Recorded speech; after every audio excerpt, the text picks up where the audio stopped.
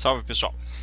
Então, seguinte, eu vou fazer agora para vocês aqui a correção da prova, né? Basicamente eu vou lançar o gabarito para vocês, né? Eu vou tentar deixar esse vídeo bem sucinto, bem breve. E é isso aí, tá? Até aqui eu tô com 2/3 das provas de vocês corrigidas. Foram bem, tá? Fiquei bem feliz com o resultado. Não é uma prova fácil, vocês viram que lá é uma prova mais longa, né? E mais autores, mais temas, são temas um pouco mais delicados, que tem mais detalhe, mas vocês se saíram assim muito bem, tá? Então assim, eu vou só comentar aqui alguns dos tópicos principais que deveriam estar contemplados nas respostas. Notem que, principalmente para a segunda questão e para a terceira questão, eu fui mais aberto na hora de corrigir. Tá, eu percebi na prova que alguns de vocês optaram pela utilização de temas de acordo com o desenho anterior que eu usava e de acordo com outras interpretações, né? Enfim, e não tem problema nenhum. Então eu tentei ser mais aberto, tentei ser mais ter mais maleabilidade na hora de aceitar, de corrigir aí esses conceitos, tá? Então vamos lá, né? Primeira questão, disserte sobre a concepção agostiniana de livre-arbítrio, associando-a às suas visões de virtude, pecado, concupiscência, desejo, medo, razão e sabedoria. Então só aí pela primeira questão, que é uma das mais breves da prova, vocês já conseguem enxergar a extensão de questões conceituais que dizem respeito ao nosso cenário de avaliação, né? Então assim, o que era para vocês responderem, o que precisava ter respondido minimamente aqui? Basicamente isso aqui é o percurso do livre-arbítrio, dos 6 primeiros capítulos do livre-arbítrio do Agostinho, né? Para quem acompanhou lá pelo texto, né? Veja, o que acontece aqui é o seguinte, vocês, na leitura sobre o livre-arbítrio, nós estabelecemos uma estrutura e o desenho geral dessa resposta ele começa na discussão sobre a natureza do mal e na discussão sobre como o mal acaba ingressando, sendo engendrado no mundo na forma do pecado, né? E o Agostinho chega à primeira conclusão, que é de que porque nós temos o livre-arbítrio, nós somos capazes de escolher fazer coisas más a despeito da bondade divina e da onipotência divinas, né? E aí por conta disso nós acabamos, de alguma maneira, trazendo isso para dentro da nossa realidade. O livre-arbítrio não é considerado em si algo mal, mas ele leva a possibilidade da escolha pecaminosa e, portanto, a possibilidade de escolha do mal, né? E aí, daí por diante, nós temos uma discussão um pouco mais pormenorizada sobre se esse mal reside na gente ou se ele reside efetivamente nas nossas ações, quando nós cometemos ações pecaminosas. E aí Agostinho entra num universo bifurcado. Ele vai dizer que, de fato, essa relação existe na ação, não na gente. E essa ação ela vai ser lida, ela vai ser contemplada de várias formas, né? Então, uma das formas pelas quais ela vai ser contemplada vem da razão ética, da racionalidade ética e da composição religiosa, e vai falar especificamente sobre o pecado, sobre a nossa incapacidade de agir da forma mais correta. E aí ele vai tomar 3 exemplos que, além de pertencerem a essa dimensão, também pertencem, em determinada medida, à dimensão das leis humanas, né? E ele vai falar sobre o sacrilégio, vai falar sobre o adultério, vai falar sobre o homicídio e vai mostrar por que cada um desses 3 pode ser considerado, vai ser considerado antiético, né? Mesmo que em determinadas situações, como por exemplo no caso do adultério, a anuência possa, em um primeiro momento, anular essa relação, já que isso diz respeito, pertence ao espaço da escolha humana, né? E ele vai dizer sistematicamente: a questão central do problema ético não é a maneira como nós lidamos ou se alguém se sente ofendido e se alguém solicita uma resposta a essa ofensa, mas é se ela ofende a Deus, se ela ofende a esse cenário original que foi inscrito no coração de todos os homens. E aí, por conta disso, a gente vai ter então a leitura primeira do sacrilégio, em que ele vai falar justamente sobre a ofensa direta às coisas de Deus, como uma ofensa direta a Deus e, portanto, a essa intimidade natural que foi inscrita no coração de todos os homens. Num segundo momento, falando sobre o homicídio, ele vai dizer que o homicídio é tomar da mão de um indivíduo algo que ele recebeu de Deus e por isso ofender a ordem que Deus colocou. vai inclusive se posicionar contra a ideia da legítima defesa, alegando que no plano jurídico ele entende porque ela existe e ela é aceitável, mas no plano ético não. E em terceiro lugar, ele vai se posicionar em desfavor da relação adulterina, mesmo quando ela vem com a anuência, com a concordância dos cônjuges, né, das pessoas que estão envolvidas na relação, simplesmente por dizer que isso faz com que desfaleça essa ordem original que Deus colocou, essa união original que Deus estabeleceu, e que a anuência, a mera concordância dentro da dimensão do livre-arbítrio entre indivíduos não faz com que essa realidade seja anulada. E aqui ele dá 3 aspectos, portanto, dessa realidade ética. Ofende a Deus, além de ofender a Deus, ela pode acabar passando por convenções humanas, porque ela é incompatível com a vida natural, material muitas vezes, mas ela deve ser instruída na vida material através de uma dose de sacrifício, e por fim, ela não pode ser anulada pela mera anuência dos indivíduos, e por isso a lei humana, os costumes humanos, eles não têm prerrogativa, não se sobrepõem a essa realidade ética, né? E aí ele segue falando mais especificamente sobre o porquê das relações de virtude e pecado serem travadas com tanta dificuldade, se nós sabemos que isso é errado, uma vez estabelecido isso em diálogo, por que nós continuamos a pecar? E ele vai dizer para nós que o pecado ele tem uma origem um pouco obscura, um pouco complicada, né? Já que o livre-arbítrio ele tem uma força racional por trás dele, o pecado ele advém especificamente da pressão que as coisas fazem sobre os sentidos. Dessa pressão nós vamos ver aquilo que nós chamamos de concupiscência, né? Sendo a concupiscência a ideia desse trabalho da sedução do mundo sobre nós, né, na nossa mente. Dessa concupiscência floresce determinada força desejante que, uma vez madura, vai ser externalizada na forma do pecado, né? E aí o pecado consumado vai levar ao divórcio do indivíduo em relação a essa ordem ética, ontológica original dada por Deus, né? Ele vai colocar 2 grandes colunas sobre essa relação, alegando que desejo e medo são as 2 forças que nos impulsionam, que nos dirigem, que nos empurram na direção do pecado. E ele vai alegar, por fim, que a razão restabelece esse equilíbrio, refutando o desejo e fazendo com que o livre-arbítrio seja exercido no sentido de um bem maior. A isso ele vai chamar sabedoria, sobreposição da razão em relação ao desejo e ao medo, né? E ele vai dizer que o indivíduo que não é sábio permite que o desejo e que o medo se sobreponham à razão, e por isso ele vai acabar pecando. Beleza?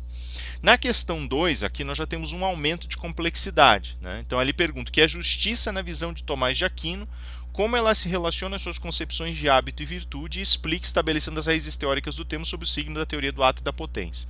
Então são 3 blocos que têm que estar contemplados aqui, né? Justiça, hábito e virtude, né? O hábito, né? E a virtude, na relação entre eles, e as raízes teóricas do ato e da potência. Eu tentei ser mais maleável aqui, algumas pessoas revisitaram lá o comecinho da nossa análise, estabelecendo aquele quadro que vai falar sobre a questão das disposições, né, das ações e disposições humanas. Daí vai falar sobre a questão da natureza em potência, da natureza em ato, né, vai falar da forma, e aí nós temos ali 4 blocos que explicam de uma maneira bastante organizadinha como a teoria do ato e da potência se relaciona com o assunto.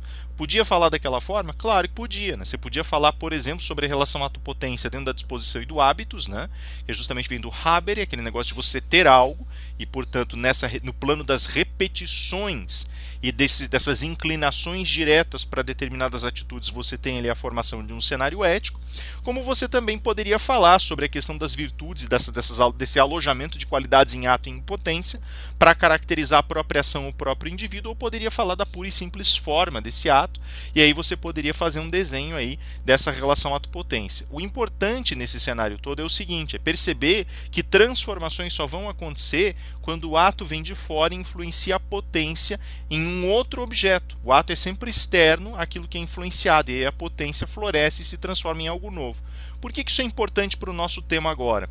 Porque a ideia de hábitos, né, esse ter algo, se apropriar, esse Haber, que é se apropriar de algo, faz com que uma determinada ação seja acoplada a com que uma determinada repetição seja acoplada a uma ação, mas sobretudo seja acoplada à alma. E essa acoplagem à alma faz com que a alma repita esse processo e nessa repetição se consubstancie de uma certa maneira. A única forma de você mudar esse hábitos, de você mudar isso que você tem ou não tem, de você mudar essa apropriação, é você aplicar uma força externa a esse processo de repetições. Quando a alma aplica isso sobre a ação, ela está já evidentemente gerando essa ação em uma outra coisa. Então, de fato, ela está aplicando uma força externa para gerar as transformações ao seu redor. Rafael tem hábito de beber água quando ele dá a aula dele, né? E ele tem hábito de beber água com gás. Não quero água com gás, quero passar a beber água sem gás. Preciso criar esse hábito, né? O que eu faço? Veja, para eu exercer o hábito sobre a garrafa, minha alma já está exercendo o hábito sobre o objeto. Agora, para que isso aqui mude em mim, já que ele está tão entranhado, eu preciso estabelecer uma mudança que vai agir internamente na alma e vai sair de um lugar que é o lugar de formulação desse ato, vai se jogar sobre o lugar que aloja o hábito já consolidado para que ele seja recanalizado. E ao invés de eu pegar água com gás, eu pego a água sem gás. E me acostumo, né? Vou criando esse hábito, certo? O que ele vai dizer sobre a virtude? Dentro desse cenário de repetições, quando o Rafael tenta guiar a repetição dele para o estado mais elevado de repetições, ou seja, para as repetições que vão fazer com que ele seja a melhor versão possível dele, para as versões que são as mais refinadas possíveis, ele atinge aquilo que é chamado de virtus, a virtude, o ponto mais elevado, né? E basicamente essas transformações só acontecem na medida em que são cinzeladas por atos externos. Agora, como é que eu vou cinzelar esse ato externo se eu mesmo ajo sobre os meus hábitos? Diz ele, a alma está dividida em várias partes, às vezes uma parte vai influenciar a outra. Então a força que vem é sempre externa, ainda que opere dentro da alma. Eu só não posso entender a alma como uma totalidade maciça. Ainda nesse sentido, por exemplo, ele vai estabelecer que existem 4 grandes virtudes, né? Então vocês vão lembrar lá das 4 virtudes cardeais, a sabedoria, a fortitude, a temperança e a justiça. Fortitude e temperança são instrumentais para qualquer transformação, porque assim como eu tento transformar o hábito na minha alma tem uma certa resistência. Então eu preciso persistir aos acidentes, aos fracassos, às dificuldades. E essa persistência vem com fortitude, a minha resiliência, a minha capacidade de aguentar as forças que me negam, e ao mesmo tempo vem com a temperança, a paciência que eu preciso executar e exercer para poder aprender as coisas, por exemplo, né? No contexto específico da sabedoria, ele vai determinar essa sabedoria como sendo o equilíbrio de todas as outras virtudes, saber quando você vai investir em certas virtudes e quando você deve recolhê-las. E a justiça? A justiça ela é uma virtude que está ao mesmo tempo elencada para o sujeito e para o objeto, diferente do que a gente vê lá logo a seguir em Hobbes, né? Mais abaixo ali na questão 5, na verdade, né? Em Hobbes. Por que eu digo isso? Porque na maneira como nós colocamos a questão, justiça pode ser um atributo individual. Rafael é um homem justo. O que significa ser justo? Significa ele atingir essa virtus, né, esse estado mais elevado, agindo com ubiquidade, agindo com serenidade. Só que a justiça tem um conceito, e para eu ser considerado justo, eu tenho que agir segundo esse conceito. Ele vai dizer assim, e ele vai recuperar aqui o conceito aristotélico. A justiça é a vontade constante e perene de dar a cada um o que é seu. E aí ele começa a elaborar esse dar a cada um o que é seu. Ele vai dizer, olha, basicamente para eu dar a cada um o que é seu, eu preciso lembrar que constância e perenidade não são atributos humanos, mas são atributos divinos. Desse modo, quando a atribuição da justiça é dada sobre um indivíduo ou sobre uma ação, na realidade, o estado mais fundamental emana de Deus e apenas na ligação súbita que eu tenho, num estado apoteótico súbito, eu vou me ligar e me acoplar a essa relação de justiça para poder aplicá-la. Porque eu não tenho vontade constante e perene, mas Deus tem. Então, quando eu me elevo através da sabedoria, eu vou lá, resgato, bebo dessas fontes e aplico essas fontes no mundo. Tá ok? Então, o que acontece? A partir do momento em que eu faço isso, eu exerço um ato justo, eu crio uma situação justa e eu mesmo sou uma pessoa que tem essa atribuição da virtude chamada justiça. A justiça, nesse sentido, ela pode ter um caráter universal, perenidade, constância de dar a cada um que é seu, universal, mas pode ser particular. Rafael, você acha justo que você tenha 2 garrafas d'água sobre a mesa enquanto seu vizinho não tem nenhuma? Isso é particular, já tem uma particularidade, né? Eu posso também falar nesse sentido, portanto, de uma aplicação, um investimento dessa relação universal, dar a cada um o que é seu, dentro de um contexto particular mais específico. Eu posso lhe dizer, essas garrafas aqui, todas elas vieram do investimento direto do meu trabalho, ou eu posso simplesmente dizer, o exercício da caridade em seu estado mais supremo, a justiça divina que demanda essa caridade, exige que eu divida o que eu tenha. E aí a justiça é essa divisão. Isso é interessante porque mostra como a escolástica confunde honradez, dignidade, bondade e justiça. Coisa que Hobbes vai diferenciar na teoria dele, que vai ser fundamental para a teoria dele. Tá? Nós podemos também falar em justiça comutativa, distributiva, são conceitos, são arranjos internos desses elementos da justiça que aparecem frequente constantemente. Nesses casos eu vou falar, por exemplo, sobre uma justiça de caráter comutativo, quando existe de fato um caráter compensatório, seja no âmbito da punição, seja no âmbito da contratação. Isso aqui é basicamente Aristóteles de novo, tá? Ele só vai oferecer essas explicações dentro do contexto específico dessa perenidade. Veja, se eu faço isso de comutar de repente uma decisão, de trocar aquilo que é meu por algo que é do outro, de compensar uma perda, é porque existe um princípio universal, vontade constante, perene, de dar a cada um que é seu. Né? Lógico que materialmente nem sempre é possível você ressarcir, restaurar o estado, aquilo que a gente chama no direito de status quo ante. Né? Então, ou seja, não dá para restaurar as coisas ao status anterior delas. Então, nesse caso, você compensa. Né? Ao mesmo tempo, você pode falar sobre distributividade dos direitos. A distributividade ela envolve uma terceira parte. Essa terceira parte vai olhar e, buscando sapiencialmente a compreensão do que pertence ontologicamente a cada um, vai redistribuir. Assim como Deus quer oferecer por meio do seu amor e da sua caridade tudo aquilo que o indivíduo precisa para sobreviver, tudo aquilo que lhe cabe como competência da alma, tudo aquilo que lhe cabe como competência racional, como sentido existencial, também um ser humano emulando essas características, simulando essas características, bebendo dessa fonte, deve querer oferecer a cada indivíduo, a cada pessoa, a cada grupo, aquilo que lhe pertence de uma maneira mais radical.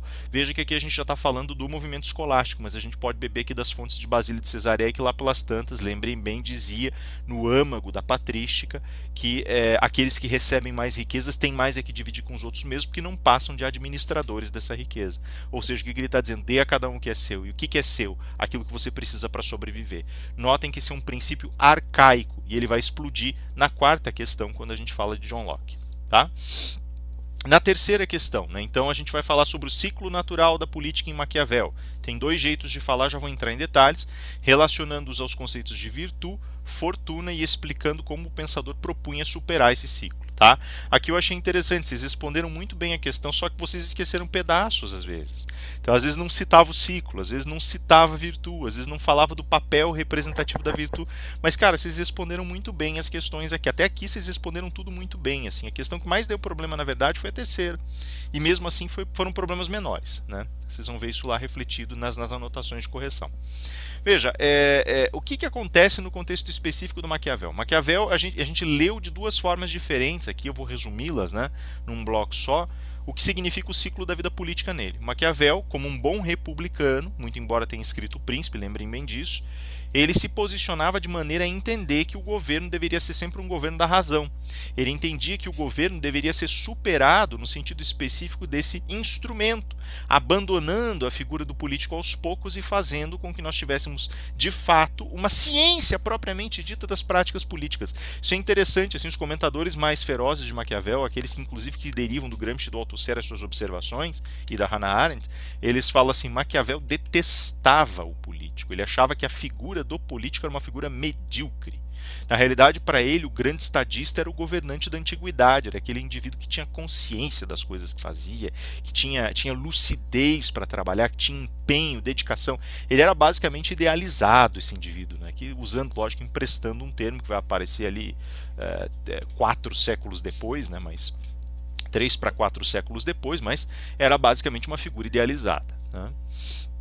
Agora, o que é interessante nesse contexto todo é o seguinte, vocês têm como especificação do ciclo natural da vida política, né, do ciclo natural da política no Maquiavel, uma leitura muito mais clara se vocês começarem a observar como esses estados diferentes de leitura e fundamentação da vida política aparecem. Né?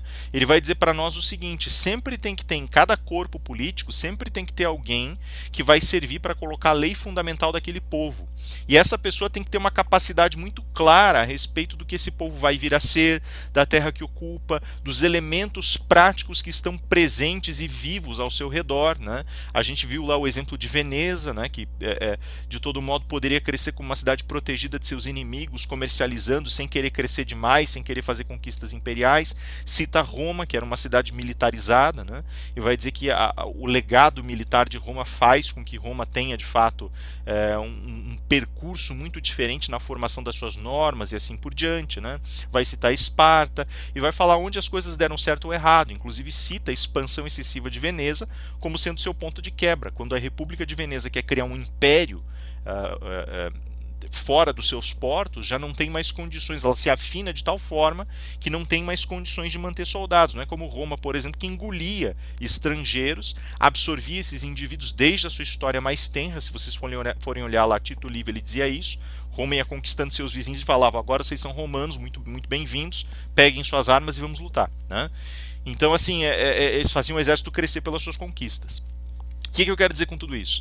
Primeiro passo é um indivíduo que seja um líder forte e que nessa liderança puxe as rédeas do seu povo e tenha consciência para operar uma lei fundamental que o Maquiavel chama lá de Constituição na esteira dos gregos, como a Constituição de Licurgo, né? Vai citar Solon entre os atenienses, Licurgo entre os espartanos, e vai dizer assim: esses caras tiveram uma consciência tão poderosa das relações políticas que envolviam seus povos, que eles foram capazes de antecipar essa lei fundamental. E ele vai dizer: o povo dali para frente tem que respeitar essa lei.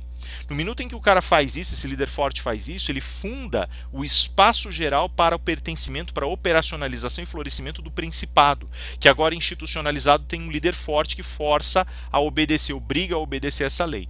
Depois disso a gente pode ter outros cenários, né? Então a gente tem vias possíveis. Uma dessas vias, por exemplo, é a via dos optimates, ou optimatos, né? Optimates é um termo que vem do latim, né? Foi como eu falei lá atrás para vocês, né? A ideia os optimates, né? A ideia o optimatum era uma facção, uma facção política em Roma, era a facção política dos nobres que defendiam os privilégios dos grandes pais de Roma, né? Em oposição à facção popular ou populares, que eram aqueles que defendiam poder para todos, né? A abertura progressiva das relações de poder. Então ele fala: uma das alternativas é a dos optimates. Os optimates são aqueles que são selecionados, escolhidos para governar, são as grandes famílias, as grandes casas, e essas grandes casas governam em apartado da população, né? Do outro lado, veja que ele não está falando só sobre instituições, tá? Ele está falando especificamente sobre a ordem de governo que gravita nas estruturas de relação política desde então. Do outro lado, você tem os populares que vão tender para esse aspecto mais republicano, mais democrático, mais aberto, né? Então você vai dando uma maleabilização. E aí você tem esses três estágios. E ele vai dizer: o problema é que cada estágio desses pode sofrer uma distorção, uma deformidade, e aí ele passa a virar um governo para que esse grupo, para que a pessoa ou para que o grupo que governa passe então a usufruir disso em desrespeito às instituições e àquela lei fundamental.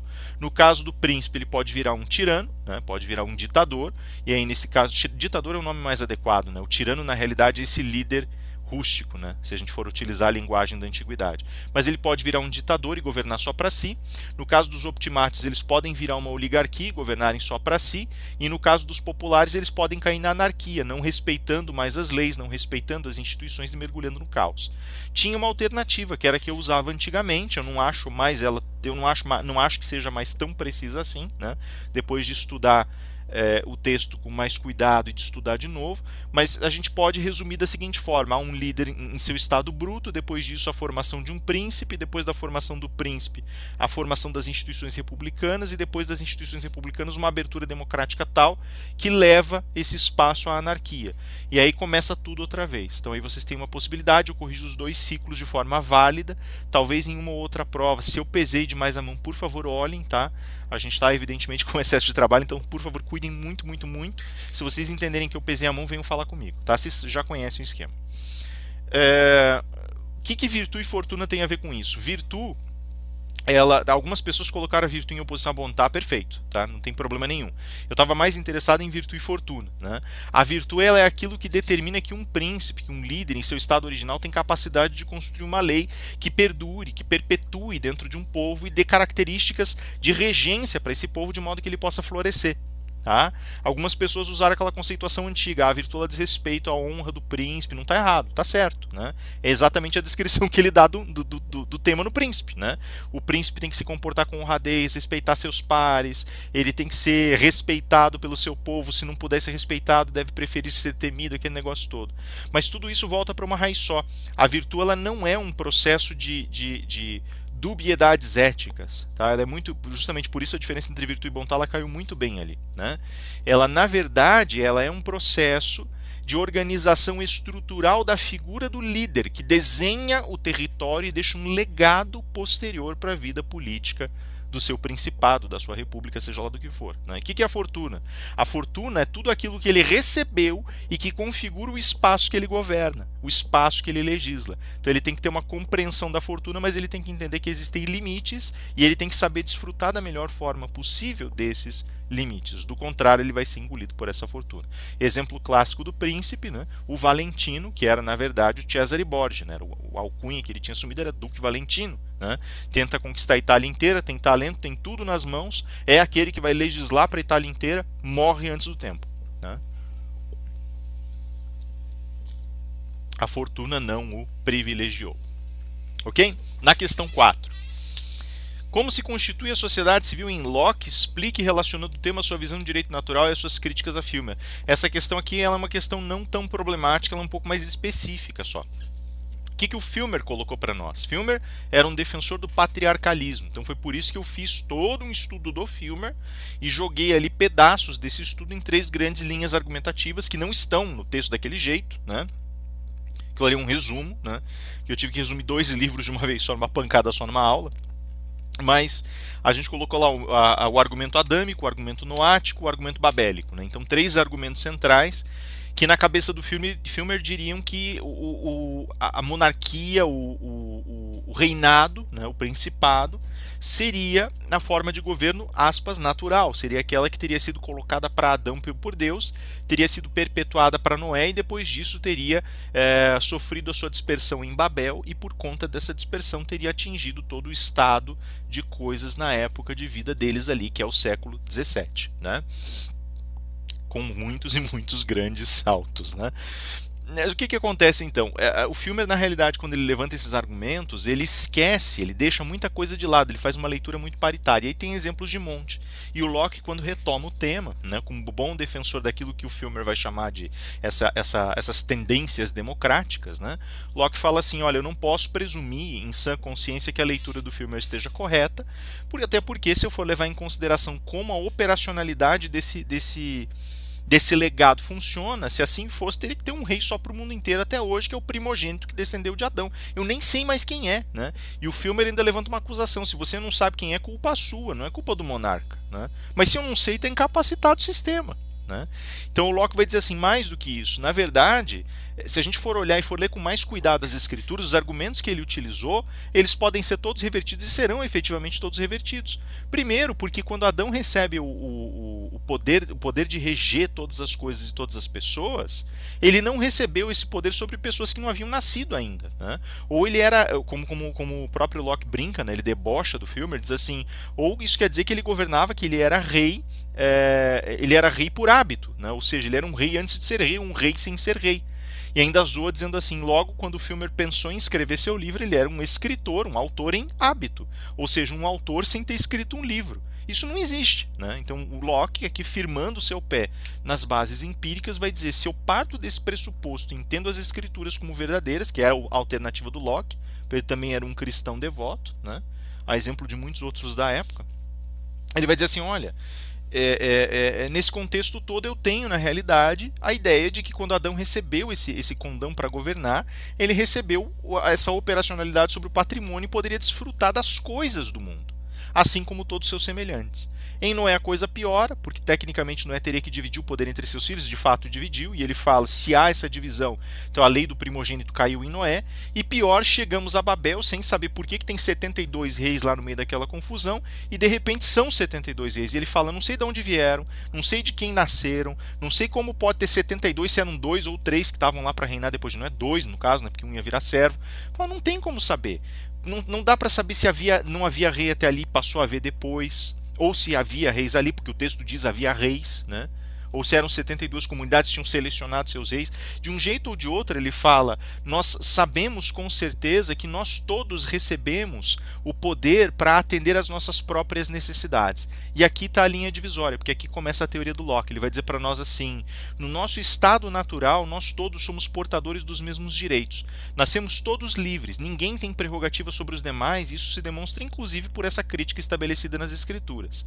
Se Adão recebeu o condão de desfrutar da natureza, também passou esse condão a todos os seus, porque Deus não deu só a ele, mas deu a ele como gênero, não deu a ele como indivíduo, né? Então ele deu para a espécie humana inteira, na figura de Adão. Então ele fala: todo mundo igual, todo mundo pode tirar para satisfazer suas necessidades. Primeiro ponto. Segundo ponto, ele vai dizer: satisfaz a sua necessidade, maravilha. Você não pode suplantar isso, porque nós todos nascemos iguais. Nós nascemos iguais em necessidades e iguais no nosso direito de satisfazer essas necessidades. Quando você vive numa realidade que tem espaço e recurso para todo mundo, tranquilo, ninguém vai brigar. Agora, quando você começa a viver numa realidade mais compacta e mais próxima, aí as disputas podem começar a acontecer. Segundo o grande ponto dele, esse era muito, muito, muito importante, isso tem que ficar lá para frente. Estado de natureza e estado de guerra de todos contra todos são coisas diferentes em Locke. O estado de natureza não implica o estado de guerra, em Hobbes implica. Tá? Então o segundo ponto está aí. Tá, mas e como é que opera esse segundo ponto, então, dentro do contexto específico da formação daquilo que nós vamos chamar de sociedade civil? Ele vai dizer: somos criaturas gregárias por natureza. Tá? Nós queremos a companhia uns dos outros. Aliás, juntos nós realizamos coisas magníficas. Se a gente se junta, a gente consegue desenvolver tecnologia, consegue trabalhar as coisas com mais refino, consegue acessar recursos que a gente não conseguiria sozinhos. E na soma desses esforços, todo o desenho que a gente traça vai permitir, vai incentivar a gente a formar cidades. Só que se a gente fez isso, a gente vai acabar brigando por conta da propriedade. O que a gente faz então? Divide. Por aí, se a gente tiver uma divisão clara, um regime de propriedade, isso é de uma sensibilidade tremenda. Quando vocês chegarem lá em direitos reais, vocês vão ver lá que a ideia de propriedade, que a ideia dos direitos reais como um todo é uma grande uma ficção. Isso é estabelecido na base do direito civil, né? E aí, a base disso está aqui. O Locke vai dizer assim: olha, basicamente o traçado que eu tenho, o desenho que eu tenho é esse. E vocês vão separar aqui as propriedades, vão ter aqui, evidentemente, um regime que vocês vão respeitar. Só que esse regime está partindo do próprio instinto de sobrevivência. Para que você vai matar teu vizinho se é muito melhor para você entrar em acordo com ele para sobreviver? Pronto. Então isso tudo pertence ao estado natural. Até a propriedade para ele pertence ao estado natural. Mais do que isso, ele vai dizer as regras para essa divisão. 1. Você tem que respeitar o que o outro precisa para sobreviver. De novo, a gente volta lá para Basílio de Cesareia, ó, como a regra é velha, né? Vai respeitar o que o outro precisa para sobreviver. Por que você tem que fazer? Por que tem que respeitar? Nascemos livres iguais, temos todos o direito de sobreviver. Segundo, não só isso, mas também você deve respeitar a liberdade do outro. Porque o outro, ele precisa exercer essa liberdade para extrair da natureza aquilo de que ele depende para sobreviver. E por fim, você vai respeitar a propriedade. Em resumo, você tem 3 grandes direitos: vida, liberdade, propriedade. Todos baseados no regime proprietário. Só que vejam que a conversa é um pouco diferente do que aquela que a gente vai ler nas bases dos pensadores liberais, que vão recuperar Locke justamente porque ele foi um predecessor do liberalismo, né? Ela não é só a propriedade vale tudo, não é tão simples assim, né? Na realidade, o que ele está colocando ali é essa necessidade de você explorar em nome da necessidade. Tá, mas e como é que eu defino o que é meu e o que é seu, né? Como é que eu vou fazer esse desenho? Simples, Locke diz. Quando a natureza dá, não pertence a ninguém. Quando eu vou lá e cato, eu coloquei meu trabalho em cima daquele negócio. Se eu pus meu trabalho, eu comuniquei algo que me pertence para aquele objeto que está ali na minha frente, e agora o objeto é a soma daquilo que a natureza deu e do que eu investi, certo? O que é justo fazer mesmo? Volta lá para o princípio aristotélico, dar a cada um o que é seu. O objeto não era meu, mas quando eu investi trabalho, dei algo de mim para aquele processo e agora há algo de meu ali. Logo, o objeto é meu. Ou seja, né, nesse contexto todo ele começa a criar uma ordem proprietária. E como é que surge a sociedade civil disso? Diante de todos esses regramentos, ele vai dizer assim: o trabalho define o que pertence a cada um. Estabelecendo-se a pertença, cada um fica com o que lhe pertence em sentido próprio, respeitando a propriedade alheia e entendendo que não se pode extrair mais daquele espaço do que é necessário para sobreviver. Porque se você faz isso e desperdiça, não se você comercializa a troca, mas se você desperdiça, nesse momento você está usurpando os outros. A partir de aqui instaurou-se numa camada a ideia de que eu posso ter coisas minhas, na outra camada o respeito às coisas dos outros e na terceira a ideia de que os recursos são partilhados em comunidade. Aqui foi formada a tal da sociedade civil. Tá? E aí, lógico, daí tem toda a questão dos mecanismos de governo que vem na esteira e assim por diante. Né? Mas isso aqui era a base dessa resposta. E por fim a questão 5, que é na realidade um retrocesso temporal, porque daí a gente volta para Hobbes, eu separei para ficar mais fácil de corrigir, porque essa aqui era a questão que mais valia, né? Era a mais longa também. Disserte sobre as leis de direito natural em Hobbes, relacionando as paixões, virtudes e concepção de justiça do autor. Olha, vocês responderam muito bem essa questão e eu evidentemente tentei ser maleável na cobrança, por uma razão muito simples. As paixões, ele dá uma lista lá de umas 14, 15, só na primeira discussão dele. Né? As virtudes são mais compactas, né? Mas o que mais interessava aqui na realidade era algo que exigia de vocês um esforço redobrado, que é a ideia do raciocínio que está por trás disso tudo. Né? Por que daí exige um esforço redobrado? Porque vocês têm que trabalhar com peças mais enxutas dentro de uma realidade que tem lá 200 páginas de raciocínio que o cara elaborou. Né?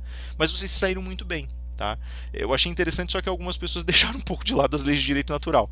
Na realidade era a parte mais fácil da resposta. Eu acho que também tem toda essa questão do limite de linhas e do esforço, né? Enfim. Mas, de todo modo, vocês saíram muito bem nessa questão, eu fiquei bem feliz. Como é que vocês trabalhariam isso aqui?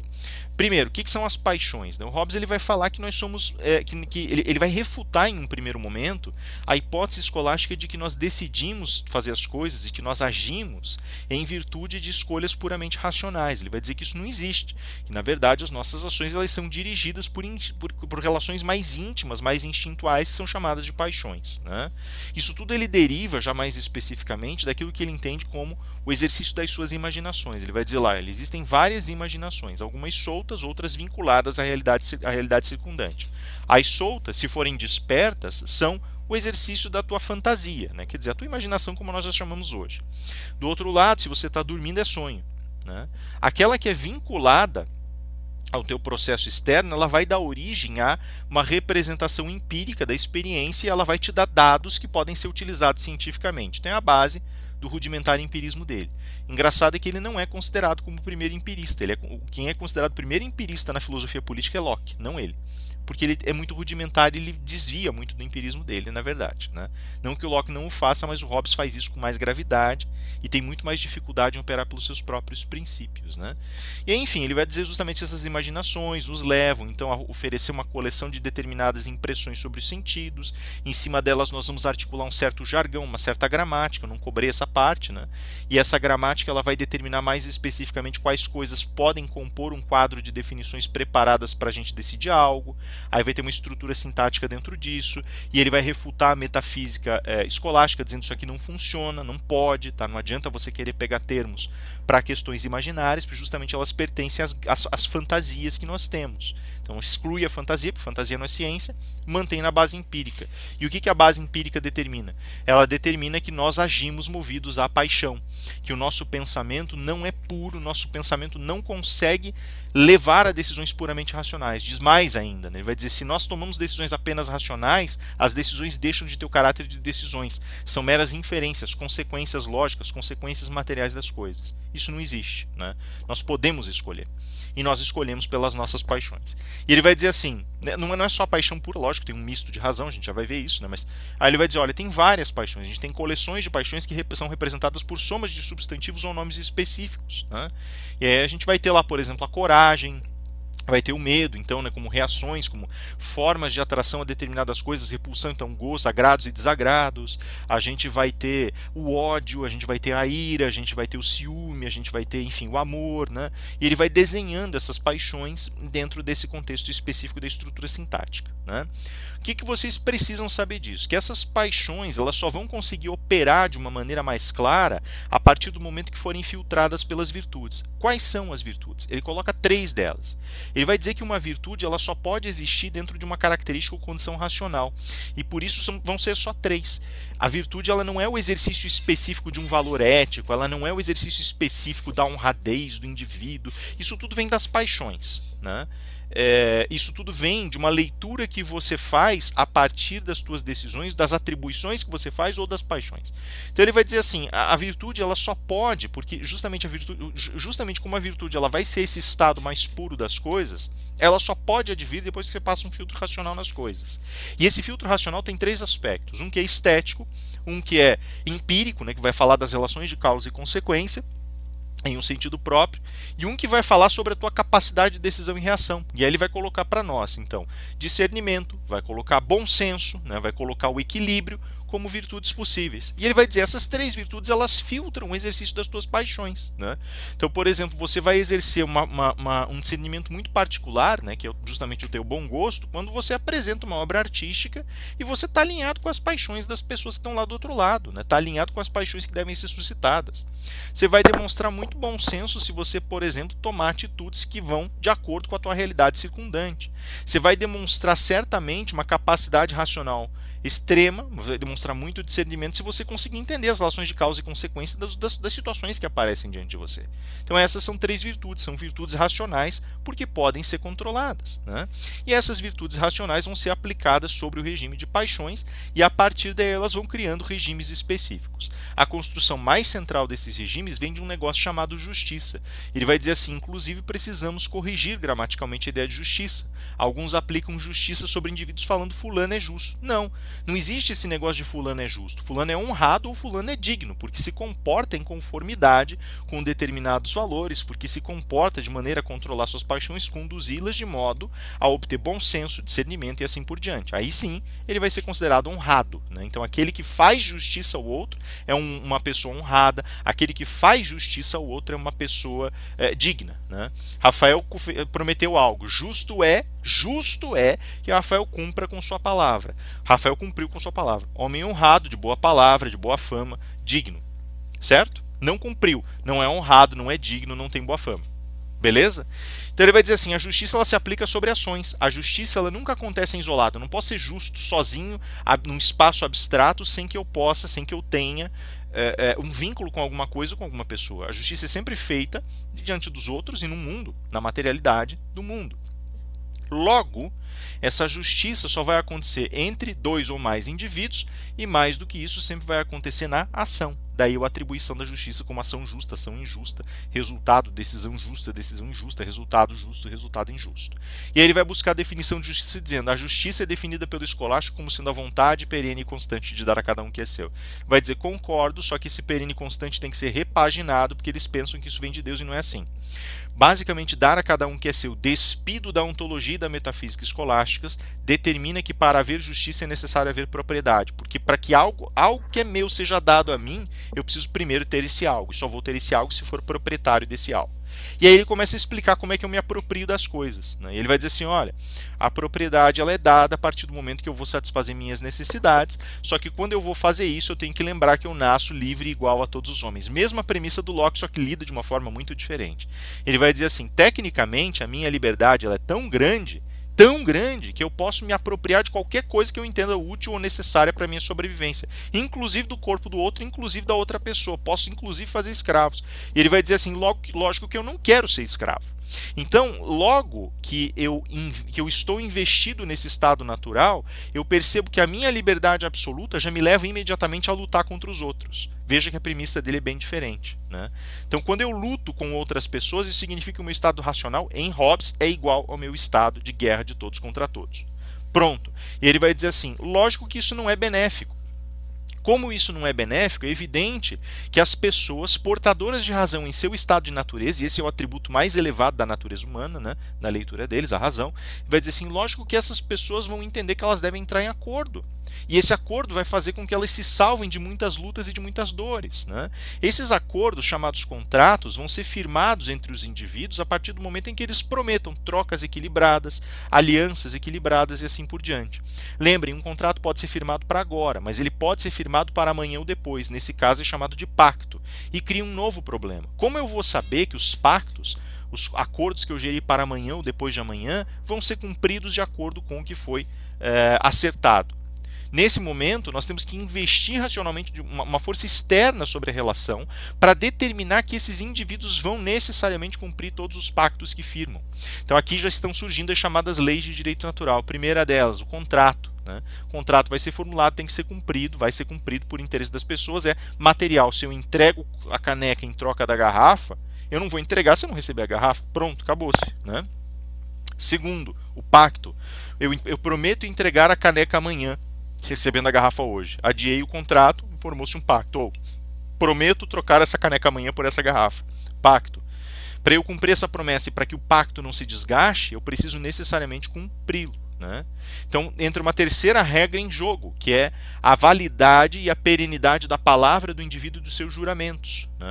Com base nisso, nós vamos formulando, veja que nós vamos encorpando o número de regras. Então, contrato, um pacto, a formulação dos juramentos e do cumprimento desses pactos.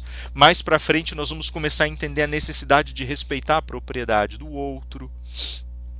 Percebem? A ideia de não agredir, de não gerar violência, de gerar grupamentos, grupos de pessoas que estão unidas em aliança. Então a gente já vai vendo a formação desses estados de aliança.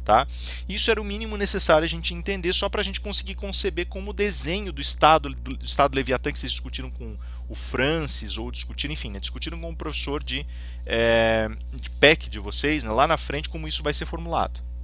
Então seria esse o desenho geral, beleza?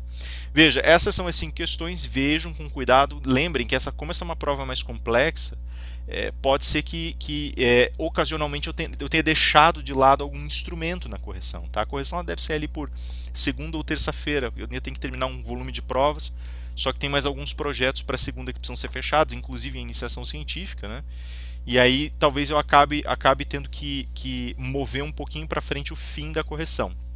Mas já está quase tudo corrigido, falta 1/3 das provas no máximo, e mais ou menos, na verdade, e isso deve sair logo.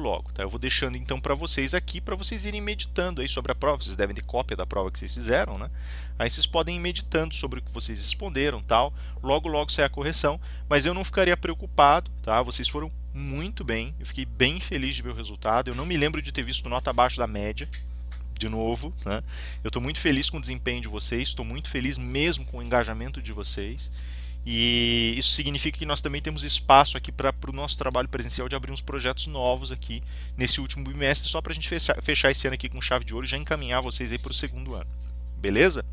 É isso aí, galera, por favor, cuidem-se, fiquem em casa, continuem tomando as precauções de sempre, a gente já está quase terminando de atravessar todo esse período difícil.